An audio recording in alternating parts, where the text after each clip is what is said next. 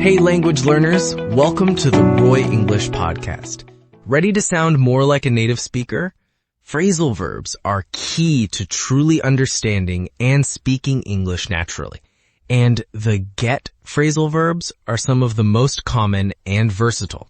That's right, Roy. In this lesson, we're diving deep into 8 essential get phrases that you'll hear and use daily, from talking about relationships to handling chores and making plans. Master these and you'll unlock a new level of fluency in your everyday conversations. Absolutely. Before we begin, remember you can find today's vocabulary list in the video description below.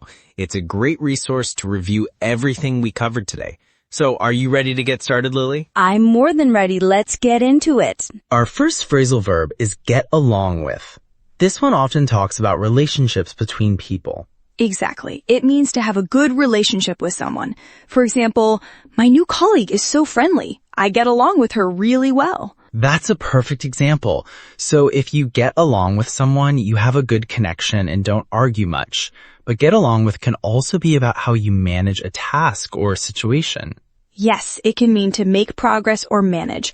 Like, how are you getting along with your new project? This means, how is your project progressing? Or how are you managing it? Right, and it can also imply coping with something difficult. Our third example sentence is, it's hard to get along with all this paperwork right now. Here it means it's difficult to manage or deal with the paperwork. So from relationships to tasks, get along with is quite versatile. Next up, we have get over. This phrase is often used when talking about recovery or overcoming something. Yes. Primarily, it means to recover from something, like an illness or a difficult emotional experience. For instance, it took her a long time to get over the flu. That's a common use. It implies recovering both physically and emotionally. Get over can also mean to overcome a problem or a difficulty. Exactly. Like in the sentence, you need to get over your fear of public speaking. Here, it means to conquer or overcome that fear.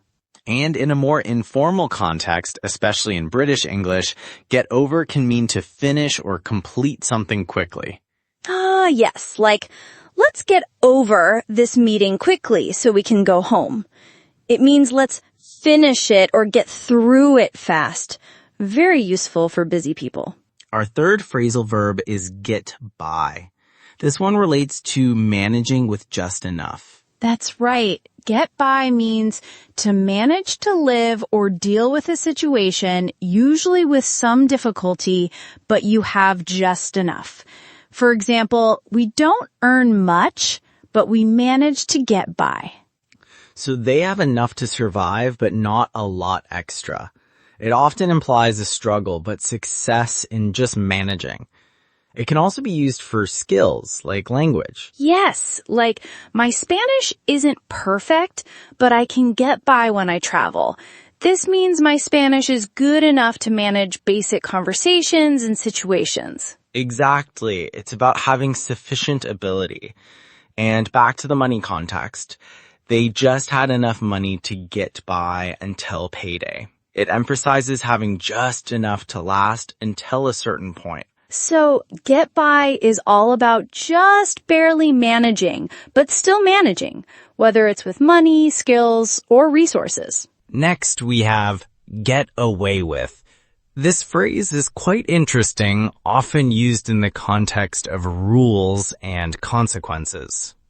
Yes. Get away with means to do something wrong or bad and not be punished or criticized for it. For example, he thought he could cheat on the test and get away with it. So he believed he wouldn't face any consequences for cheating. It implies escaping punishment or detection. Unfortunately, sometimes people do get away with things. True. Like in the sentence, it's amazing how some politicians get away with so much.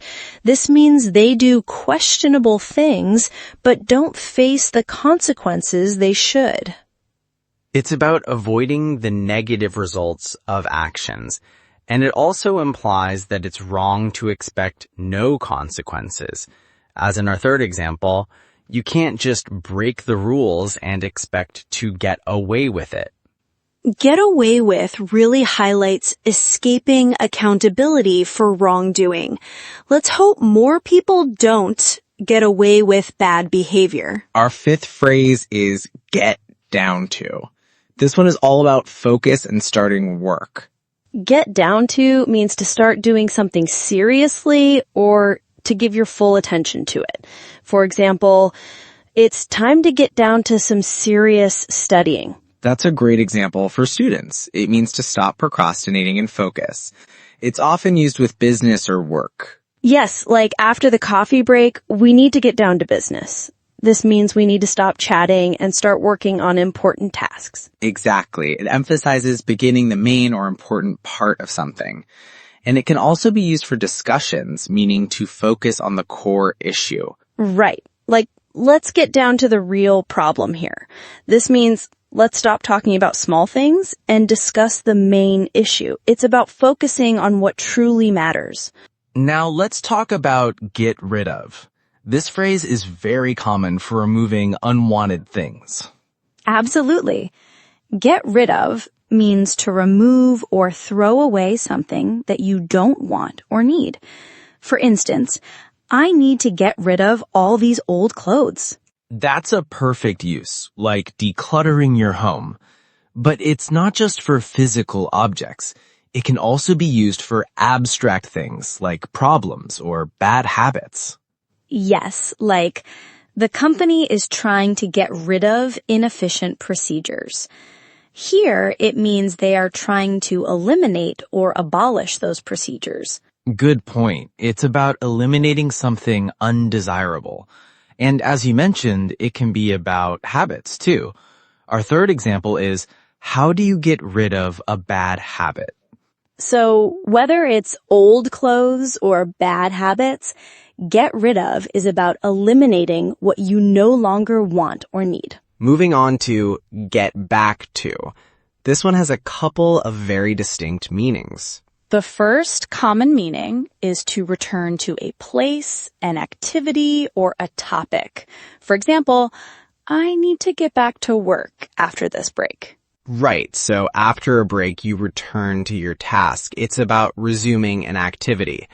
The other very common meaning is about communication. Yes, get back to someone means to reply or respond to them at a later time. Like, let me check my schedule and I'll get back to you. This is very common in professional settings. Exactly, you promise to respond later. And back to the return to a topic meaning, we often say, we need to get back to the main topic of our discussion. This means let's refocus on what's important. So, get back to means either returning physically or mentally, or returning with a reply. Our final phrasal verb for today is get together. This one is great for social plans. It definitely is. Get together often means to meet socially. For example, let's get together for coffee next week. This is a very common way to suggest meeting friends. Perfect example. So it's about people gathering, but it can also refer to people starting a romantic relationship. Oh, yes. Like, I heard Sarah and Tom are getting together. This means they're starting to date or have become a couple. That's a very different but common use.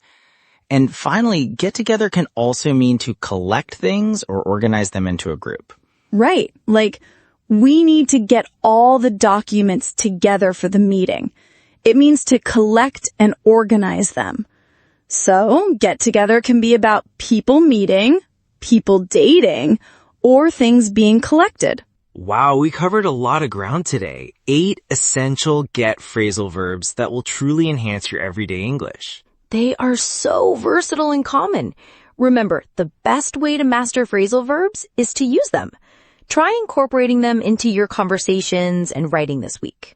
Exactly. And don't forget to check the video description for today's vocabulary list if you want to review all these great phrases. Practice makes perfect. Thank you for joining us on the Royce English podcast. We hope this lesson helps you get along with your English learning journey even better. See you next time and keep learning. Bye, everyone.